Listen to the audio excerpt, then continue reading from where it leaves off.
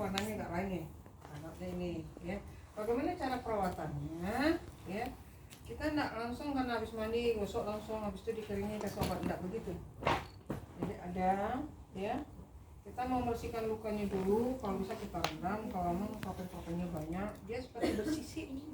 Biasanya dermatitis kontak itu seperti bersisi, warnanya seperti apa ya, orang yang tidak berpigmen ya, kotor ya. Dan itu harus kita rendam dulu supaya nanti mudah membersihkannya. Seperti apa sih membersihkannya? Nah, ini kita siapkan, kita bersihkan dengan NaCl. Kalau dia artinya Anda punya satu lagi ini bisa direndam. Kalau nanti kita disiram aja ya. Ini tisu, ini sabun cuci luka. Ini kalau menggunakan dengan kantong bat ya, ini kata. Ini Hepafik sebetulnya nggak dipergunakan di sini ya. Kalau seandainya balutan ini nggak ada, atau mungkin sedikit ya, nah, mungkin ada yang perlu ditutup, baru kita gunakan ini boleh ada boleh tidak ya.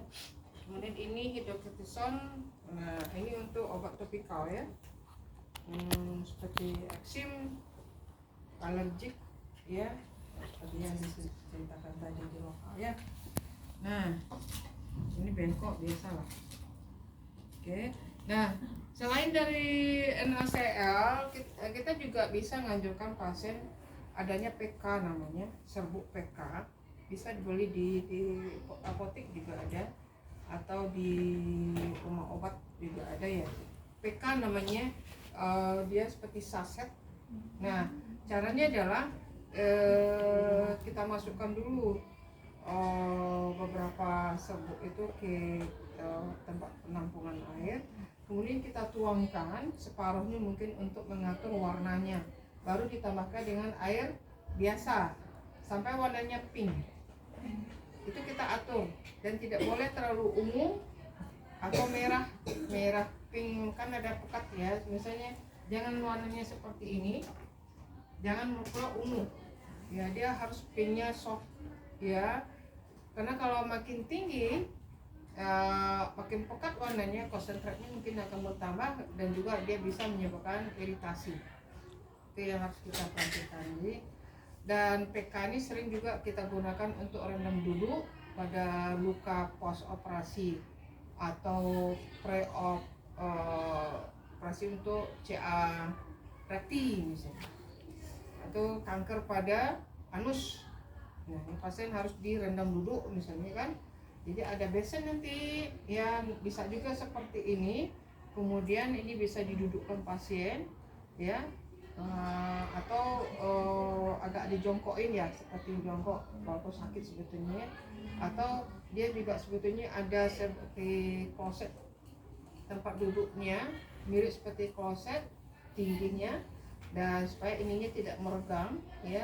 Dan itu penampungannya itu seperti besen, nanti bisa dialirkan ya. Nah itu larutannya itu adalah larutan PK. Kalau tidak ada PK berarti NaCl, cuman NaCl kan lebih mahal, itu aja.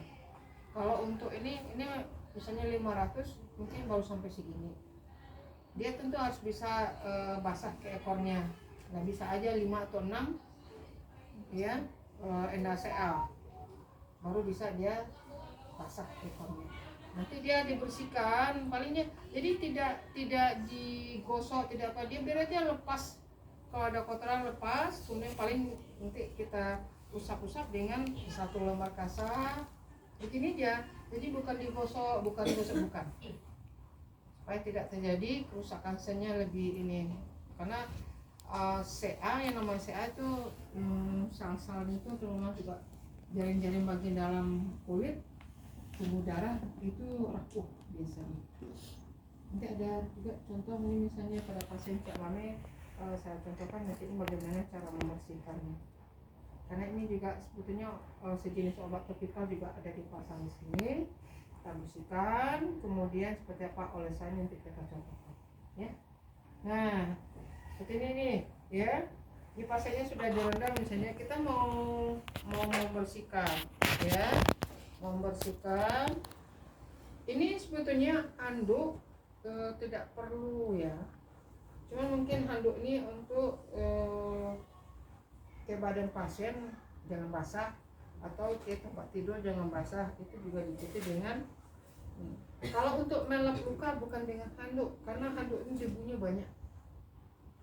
Kalau perlu dia tisu tidak parfum ya, non parfum ya, ini pasang. Kalau kasa sebetulnya dia juga ini, tapi kecuali kalau kasanya disterilkan mungkin nggak masalah ya. Kalau tisu mungkin tisunya yang tidak berparfum ya, biasanya tisu ini kan agak minimal debunya ya, karena dia ada pabriknya untuk ini seleksinya. Nah, oke, ini mungkin ini aja yang kita pakai ya. Ini letaknya di sini ya. Nah, ini udah direndam ya, dan saya akan siapkan alat-alatnya. Ini bengkok ya. Kita sebaiknya memakai handscoon-nya agak lebih dalam. Kalau ini kan lebih dalam, boleh dikatakan ini separuh dari radius unanya bisa tertutup, daripada handscoon yang kotak itu kan hanya seperempat ya di yang tertutup. Kalau udah kalau besar kok tangannya udah ya. Kalau tidak punya media untuk alat sekarang ini, bagian dalam bisa dipakai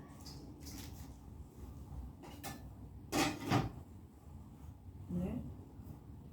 Ini mau terbuka begini ya, nggak ada yang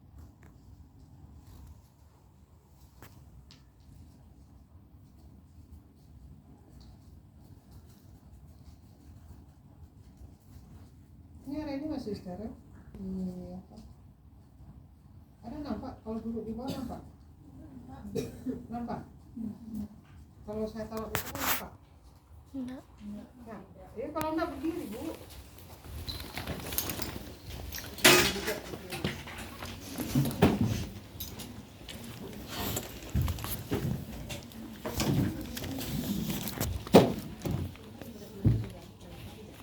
Pembuat ya, silakan aja.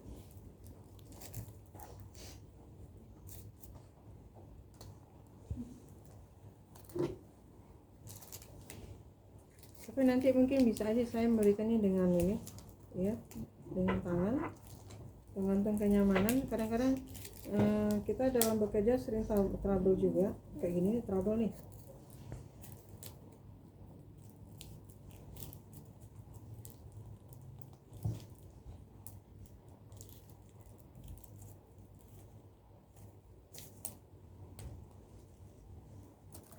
Nah, kita mau mencuci muka pasien. Kita basahi dulu ya.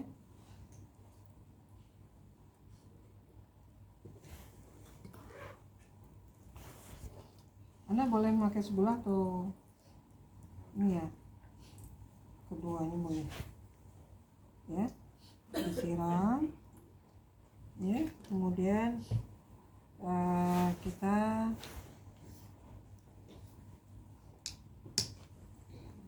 jatuhkan sabun cucinya.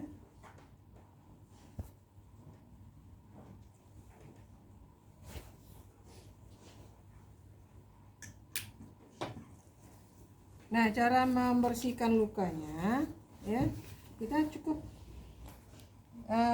mengusap gini ya. Jadi nggak perlu kamu begini kan, nggak perlu ya, karena yang kita khawatirkan apa? Iritasi, nanti berdarah ya. Jadi kalau misalnya kita ginikan aja, kalau dia direndam pasti udah lunak dia kemudian kita siram ya.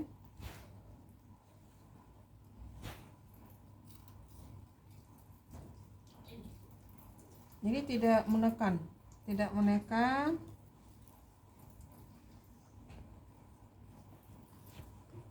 Nah, balikkan tangannya. Nah, misalnya gini ya. Tidak menekan ya. Jadi tidak menekan. Kemudian silakan diangkat. Nah, kemudian kita akan mengeringkan. Tidak sulit sebetulnya ya. Nah, merendamnya itu mungkin beberapa menit aja. Kayak tadi kan kita nyiapkan yang lain, tangannya direndam dulu ya, direndam dulu. Kalau ada PK silakan PK, kalau NaCl gitu ya. Nah, mungkin kalau zaman sekarang kalau kadang-kadang membuat PK itu ribet ya, mengatur ini mungkin akan lebih aman dengan NaCl. Nah, NaCl ya 0,9%, kemudian ditumpahkan 1 botol. Cari tempatnya agak kecil. Kalau ini kan lebih kecil nih, carikan yang agak kecil biar lebih terendam dia. Nah, nanti kita tinggal menyiram-nyiram ya. Jadi nggak perlu pula kita nyiram begini, nggak perlu. Berarti kan yang kotor udah jangan dinaikkan lagi. Ini kan termasuk kotor nanti nih, karena sudah hasil rendaman. Jadi kita menyiram ya. Nah, kemudian ya kita angkat tangannya. Nah, apa yang mau kita lakukan lagi? Kita akan mengeringkan ya, mengeringkan lukanya. Kalau misalnya dia ada tisunya yang tidak parfum ya, tidak ada parfum. Kemudian kita bisa juga dengan kenapa nih kan?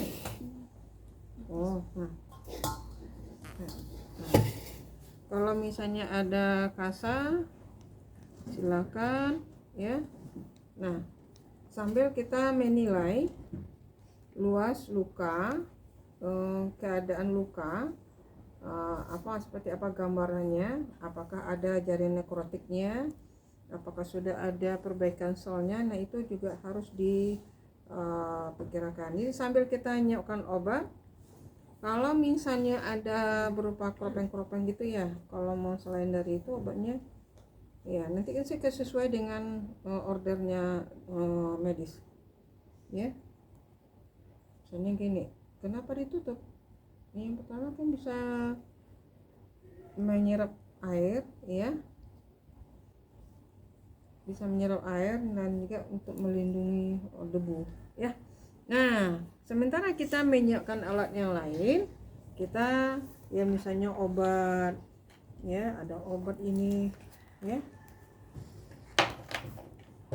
Oke, nah obatnya di sini kan tidak dibedakan, berarti ini semuanya katanya ya. Di sini semuanya, makanya baca. Nah, pentingnya dalam pemberian obat bukan hanya difokuskan kepada topikalnya pada lukanya, tapi lihat catatan dari buku obat itu, kemudian cocokkan obatnya, kemudian cocokkan dengan nama pasien, cocokkan dengan luka pasien. Kan ditulis nanti di riwayat apa itu kan ada luka misalnya di daerah tangan kanan ukuran sekian. Nah, benar nggak seperti itu? Taunya di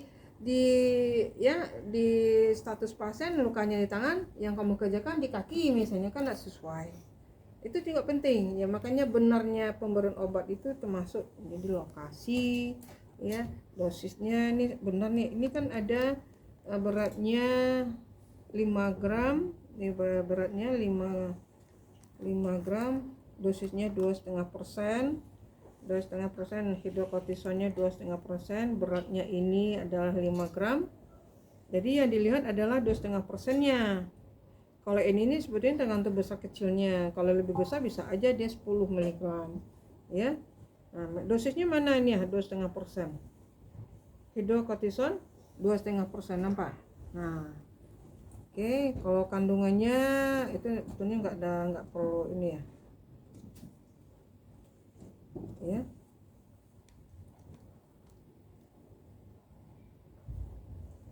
Nah, seandainya sebelum dicuci itu tadi lukanya dalam keadaan tertutup, dibalut, ya, berarti makan ini jangan membuka balutnya itu di artinya pada lokasi pada area yang kering.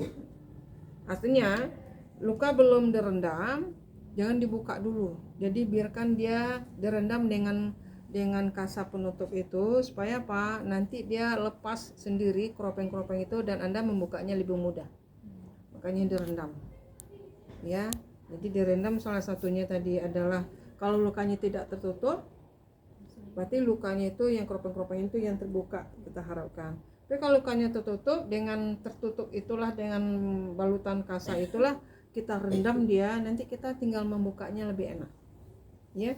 Terus dalam membalut usahakan balutannya tidak terlalu kuat dan mudah dibuka, apakah bolsen tak, ya. Jadi di saat membuka itu tidak perlu pula cari gunting apa segala macam.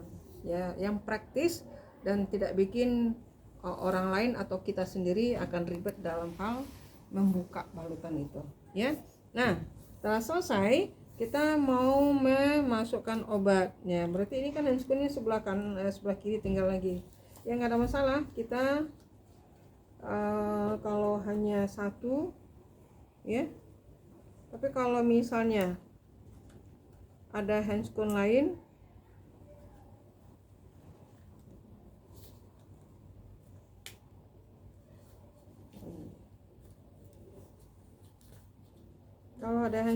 silakan aja. Saya tadi kan serasa cukup satu memakainya. Kalau pakai dua juga boleh, kalau banyak handscoonnya silahkan, ya. Nah, saya mau ngangkat, jadi kita angkat yang bagian atas, ya, bagian atas dari kasa itu, ya, kemudian baru kita oleskan, dan saya mungkin menggunakannya dengan tangan, ya. Kalau ada yang ingin menggunakan dengan cotton bud silahkan aja. Cuman kalau kita tanya diri sendiri, mau trouble enggak? Nanti dia ketusuk dengan cotton bud sakit juga loh. Bisa juga terjadi perdarahan nanti, ya. Nah, kita bukanya mainnya dengan ini aja, ya. Nah, belum buka ya. Kemarin sudah ada yang dibuka kemarin itu. Di 2B nggak salah ya, ini 2B. Oh 2C berarti. Nah, jadi kita berikan, kita oles tangannya apa, ya. Pemberiannya adalah dari atas ke bawah. Kenapa dari atas ke bawah? Lanugonya jangan ditarik ke atas. Apa tuh lanugo? Hah? Lanugo apa? Lanugo itu bulu-bulu halus itu. Rambut kulit itu lanugo namanya.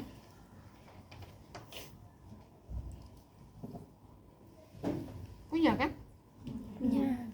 Nah, itu yang di pori-pori itu kan ada bulu halus. Nah, ini kalau misalnya, nah, ada yang enggak percaya?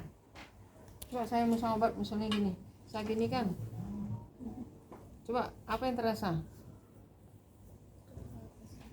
Ada seperti ketarik bulu itu ke atas. Apalagi kalau, nah, ya, pasang obat itu dari tutup, ya, kita tutup. Lukanya sudah dikasih obat, luka ditutup. Kalau misalnya ini lebih dalam ya, keropeng-keropengnya kita tutup. Kalau mau pengen keluar ya silahkan aja, kita tutup begini kali ya. Nah, terus kita balut, boleh, ya. Balutnya adalah, siapa ada tangan satu, tangannya sini, naikkan ke atas, munurkan itu sebentar. Misalnya gini, buka jempolnya, jarinya. Nah, ini ya, kabisnya besar nih ya, kita tutup.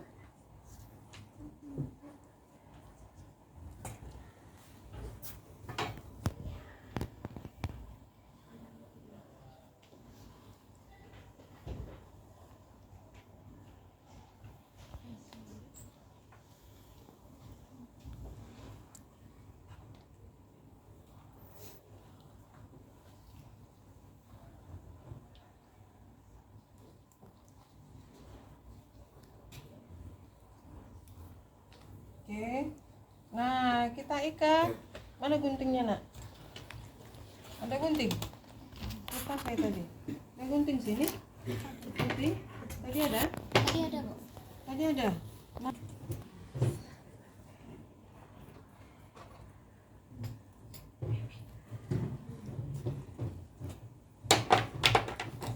Kita buhul. Sakit tanganku.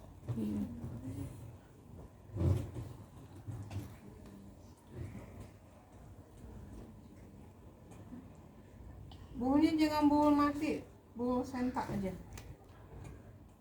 Ya, kemudian lebihnya kita potong. Oke.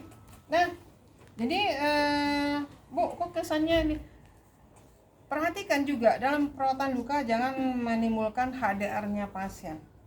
Kalau misalnya lukanya begitu kemudian dia keluar ke mall atau mau ada acara apa-apa gitu ya, mungkin akan lebih nyaman dia begini, ya kan? Siapa sih yang mau tengok boroknya kan? Itu kan kalau skabis itu kesannya lukanya jelek gitu ya. Berbeda dengan luka operasi, dan luka operasi orang juga nggak mau terbuka kan, kuman juga masuk ke luka. Nah dia kalau dia begini kan, apalagi kalau ada balutan yang berwarna itu, mana ya kemarinnya? Saya pernah bawa yang di rumah ke sini, warnanya itu bisa ada biru, dibalut begini kemudian masuk jari-jarinya, kemudian langsung saya panjang ini. Itu ada juga ya, tapi semuanya pakai duit belinya ya. Kenapa saya dulu ada? Karena saya juga beli tapi untuk pribadi, untuk ini ya, walaupun dulu tuh saya rencana buka klinik juga sih perawatan luka, tapi nggak terhandle, waktunya udah habis saja di kampus ya. Jadi kalau ada pasien ya udah bikin pak lain gitu ya, banyak dulu. Jadi kalau mau luka di sini nanti kita balut dengan kasa tipis bagian tangannya, kemudian masukkan sarung stokisnya, sarung aja satu. Nah dia enak aja, jadi kesannya seperti apa ya, modis juga lah gitu. Jadi apalagi ini, kalau ini kan kesannya nggak menakutkan juga ya, tapi kalau misalnya dibalut dengan warnanya pink gitu kan, bajunya pink kan nggak tahu orang kalau itu tuh dikira kita pakai mansetnya, padahal itu adalah balutan luka ya. Nah, nanti lah kalau di nanti di perawatan luka nanti saya sediakan lagi. Kalau di KMB 2 ya, KMB 2 semester besok ya, semester akan datang ya. Iya. Nah, nanti saya lengkapi lagi ya, kumpulkan duit dulu. Nah ini adalah untuk dermatitis ya, dermatitis kontak misalnya, atau dermatitis alergi apapun namanya. Nah yang kayak gini yang saya katakan tadi, direndam dulu kalau membersihkannya, kemudian buka. Kalau buka kan cuma cabut ini doang. Iya. Ini bisa dibuka kan, dermatitis ikatannya buhul sentak gitu Iya. ya, bisa dibuka gitu ya.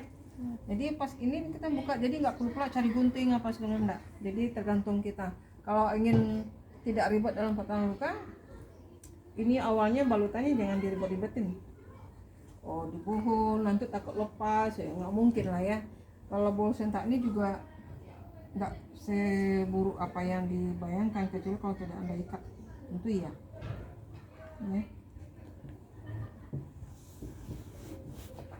Oke, nah itu obat untuk Lebih ke kalau selesai nih udah kita bereskan, kita